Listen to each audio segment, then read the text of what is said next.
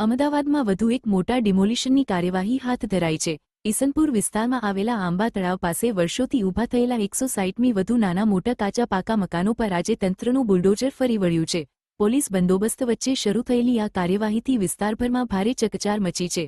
અમદાવાદના ઈસનપુર વિસ્તારમાં મોની હોટલની ગલી પાસે આવેલા આંબા તળાવ આસપાસના 160મી વધુ ગેરકાયદેસર દબાણો સામે મ્યુનિસિપલ કોર્પોરેશન દ્વારા મોટી કાર્યવાહી હાથ ધરાઈ છે। વર્ષોથી વસવાટ કરતા કાચા અને પાકા મકાનોને ખાલી કરવા અગાઉ નોટિસ આપવામાં આવી હતી, છતાં સ્થળ ખાલી ન કરાતા આજે ડિમોલિશન શરૂ કરાયું।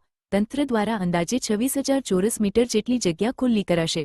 કાયદો વ્યવસ્થા જળવાઈ રહે તે માટે ઈસનપુર અને નારોલ પોલીસનો ચુસ્ત બંદોબસ્ત ગોઠવાયો છે, સાથે ફાયર બ્રિગેડ અને મેડિકલ ટીમ પણ તૈનાત રાખવામાં આવી છે। અસરગ્રસ્ત પરિવારો માટે તાત્કાલિક રહેવા અને જમવાની વૈકલ્પિક વ્યવસ્થા પણ કરવામાં આવી હોવાનું તંત્રનો દાવો છે।